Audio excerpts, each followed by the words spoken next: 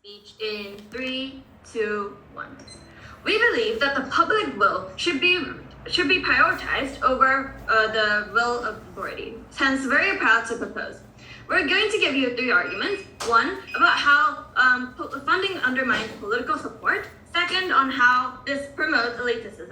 And 3, on removing moral hazard. Before going on to my point, set up about the government's model. We support not funding arts such as metaphysical or complicated arts. For example, a banana on the wall. However, we believe that, for example, minority art will be funded as long as it has artistic merit. And who will be doing the selection? We think that the Ministry of Culture and also the board members of artists from different cultural backgrounds will be in the selection. Now, going on to our 3 arguments. First, funding of this art undermines political support. I have 3 things to say. So 1, people think art in general is bad, right? If we fund these arts. Why is this true? Because they see art that they don't understand when they go to a museum. For example, a pair of glasses on the floor. We're talking about specific art that no one in the public can talk about, right? We think that citizens, when they see this, they will generally doubt the piece and contest as to whether the government is doing its right job. Because it seems valueless. When you see glasses on the floor, you're going to think, what is this value for, right? We think that this gives citizens the perception that the government is using the wrong allocation of resource. And we think that in itself is bad. But secondly, we think that there's also going to be backlash from other artists, right? Because because there are many artists who are spending hours designing intricate art on, for example, like colonialism, to depict how they suffered or things like that, right? But when they see, for example, a banana on the wall, we think that they're going to question the government for funding these pieces of art, right? We think that this backlash from artists and backlash from citizens is harmful to the government. So now, why should the value to citizens be the most important criteria? 3 things to say.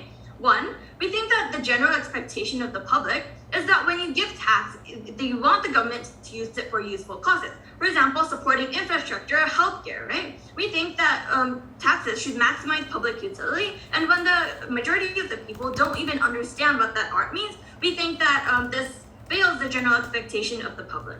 But secondly, we think that artistic value is subjective, right? So when it's subjective, we think that this goes against the democratic will of the citizens, and hence should not be taken in place.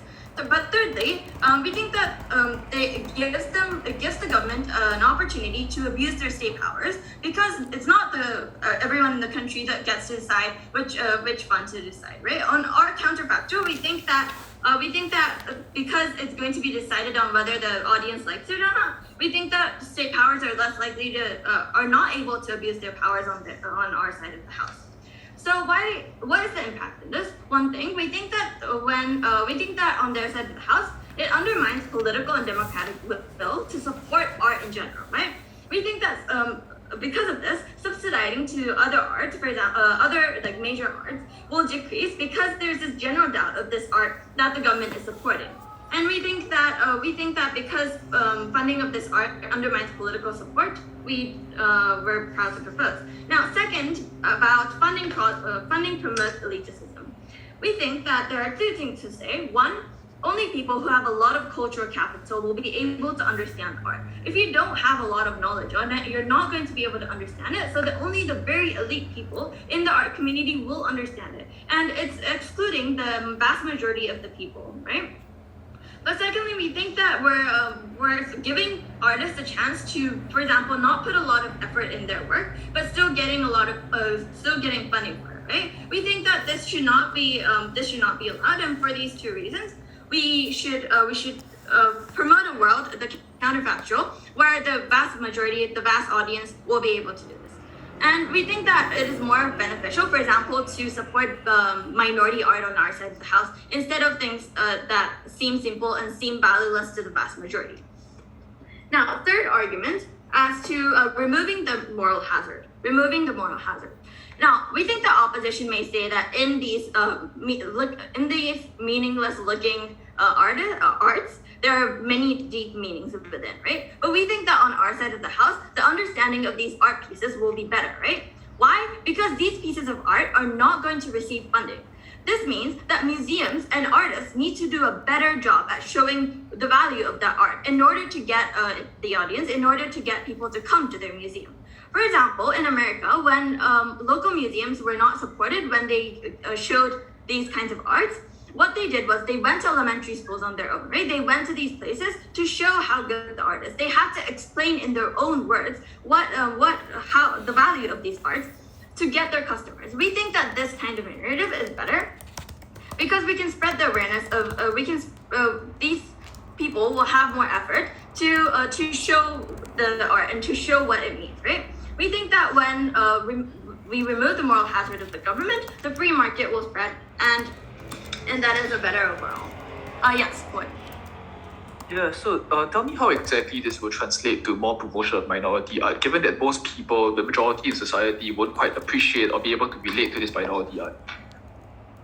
We're saying that in the counterfactual, instead of promoting these kinds of art, we should promote these. But to respond to how minority art is not probably going to be like supported, right? We think that on our side of the house, because the average citizen, because these minority arts are going to have many meanings behind it, right? For example, like how they were oppressed or things like that. We think that this has more artistic merit looking from an average person, right? If you look at an image of a minority being oppressed, we think that has more artistic merit to normal citizens because they're able to at least understand the meaning of the art. So we're supporting a world where as long as the meaning is perceived and is understood by the artists, we should support that. We think that it's more likely on our side of the house the minority arts will be included instead of supporting things like bananas on the wall. Hence, to conclude, because we want to protect the general will and the public will, we're very proud to propose. This debate is about whether the value of art should be decided in connection with the value perception of the average citizen, or if the state should one-sidedly decide what is important and what is not. I think if Leader of Opposition wanted to talk about minority art, they had to make a lot more effort in actually connecting this notion to why they would be protecting minority art under their side and why we would not be able to do that under our side. As long as that was incredibly unclear, I think from this point on in this debate, I would like to show you that we can protect minority art much better under our side when we're not spending it on privileged white men who put bananas on walls. With that said, I'm going to be saying 3 things in my speech. Firstly, I'm going to be talking about which side protects minority art better. Secondly, with that clarified, who benefits from the funding of meaningless art? Thirdly, weighing trade-offs. So firstly, which side protects minority art?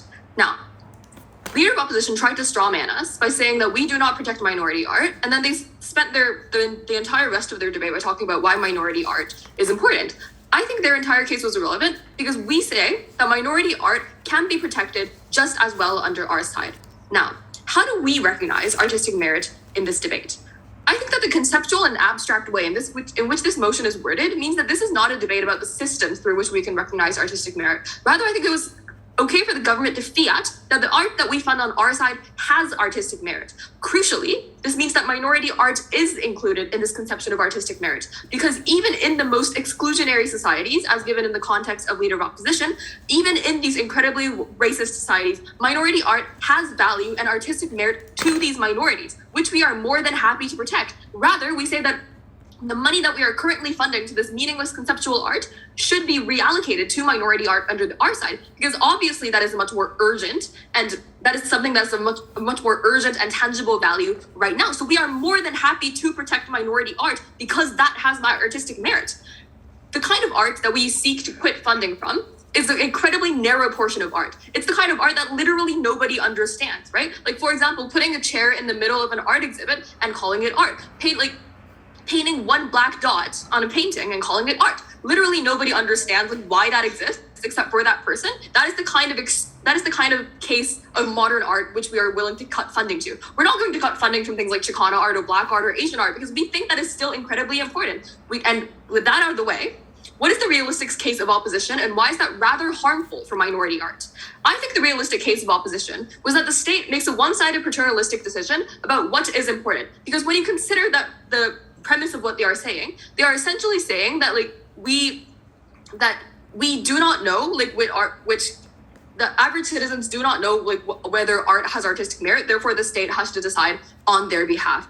I think that the premise of this is incredibly elitist and it has a high propensity for abuse. For example, in a situation where the state is deciding what kind of art has artistic merit, then the case is that minority art gets more discriminated against. For example, in a white majority state, if the state is making that paternalistic decision as to what kind of art is valuable, then the likely case is that the paternalistic decision is that the minority art is not valuable anymore. That is why we have to connect the idea of the value of art to a more citizen-driven value system, in which even in these incredibly racist societies, minority art still has value to these minorities. Therefore, they should be protected. We support that kind of democratic funding of art.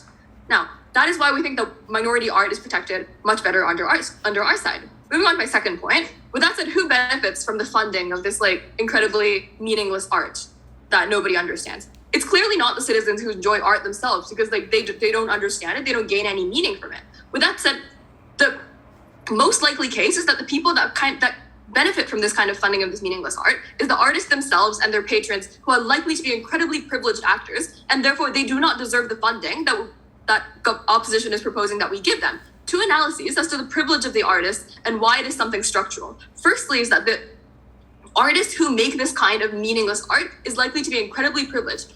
A, because they're creating an art that has no urgent message to begin with, thus insinuating that they do not have to consider things like messaging or like advocating for their rights in the first place. Secondly, the fact that they are making art that nobody understands means that they do not feel the need to commercialize their art. Therefore, they are likely to come from privileged backgrounds to begin with.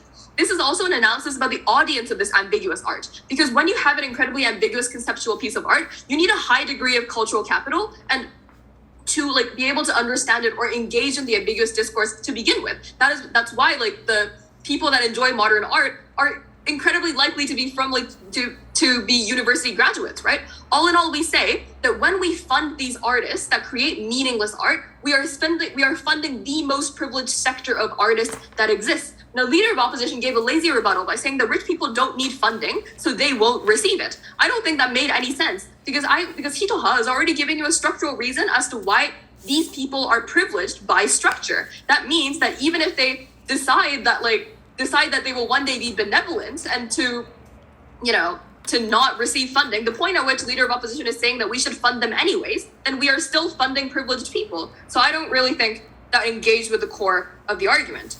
Ultimately, we say that when we are funding meaningless art, we are funding the most privileged sector of artists. Now, finally, trade-off, and why is it not justified? The thing that is being traded off here is the funding that we could be potentially giving to minority artists and artists that need this money much more. Ultimately, we say that these people probably have much more urgent messages. These people probably have much more tangible messages, and they would probably have a much better effect on society because they are creating things that the people empathize or people enjoy. It's unjustified that we're spending taxation on the most privileged artists in the art world, and we say that if we're allocating a very limited pool of like funding for art in the first place, then that should be going to like the struggling young Black artist rather than the white guy who spent like 50 years creating art and has finally decided to put a banana on the wall. All in all, government cannot win this debate, because at the point that they say that they protect minority, that they are the only side that protects minority art, they ignore then all of their arguments become irrelevant and mostly symmetric. We say that actually we protect minority art much better when we are freeing up the allocation of money that we can actually be giving to them. Proud to propose. I'll be starting my speech in 3, 2, 1. The narrative in America that art funding is accountable to public will is what led to the emergence of Black art. We believe that we can support minority art and also art in general. Very proud to propose this motion. I have 3 clash points for today. So first, which represents minority art? Note that the refutation against all our arguments was the fact that the majority can't relate to minority art. We say, and we kept on telling you, that it's not about relating, right? It's about understanding the art. As long as you see blood, and as long as you, for example, know that it was like a colonialist, we think that people see artistic merit in it, because they know the value of that piece, right?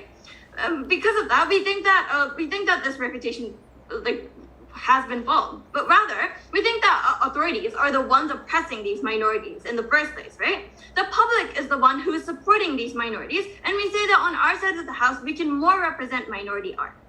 At the point where opposition was unclear as to how they can actually equally represent people on their side of the house, we think that our side is much better because the public will is being shown.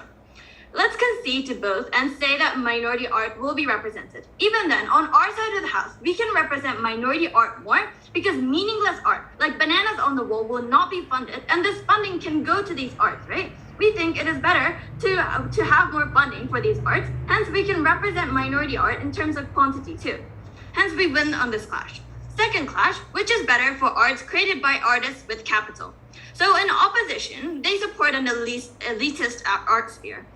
We think that when tax has to be for the maximum public utility, we think that this elitist art sphere needs to be something that needs to be broken down. On our side, what's going to happen is that we're removing the moral hazard, right? This will lead to the effort of these art museums trying to sell these art pieces. Art for more people will be distributed in the whole art sphere, and we think that this has much more merit compared to their elitist and closeted sphere. So they talked about how these kinds of arts are out of public speech, but to the point when our DPM already told you that its funding is for everyone, we think that this is in the narrative and this is in the motion. Hence, we think that when we can create a better narrative for these arts, we win on this clash point. Third clash point as to which interests should be prioritized. So let's take their best case and say that they can protect vulnerable people better on their side of the house. Even then, our principal argument still stands. The interest of the majority is what government needs to prioritize. The tax is the money that people work for days, right? And they're giving a part of that to the government so that they can use it for maximum public utility. We think that even when conceding to all of their points, we can better create a narrative where the government actually listens to the public and knows their interest and actually shows their interest by funding to those arts, right? We think that we can better fulfill the interest principally by prioritizing the maximum interest of the majority. Now, because we can also create more funding on our side of the house, to conclude, we think that the public will is what should be prioritized, right? Only to protect minorities as well. We think that we need to have the opinions of the people shown because these minority arts do not have meaning in the eyes of the audience. Yes, they might not be able to relate to it, but as long as they understand it, we think that on our side of the house, they're going to accept it and they're going to want it to be funded. Because we can provide a better world for minority art as well as art that are created by rich people, very proud to propose. Thank you.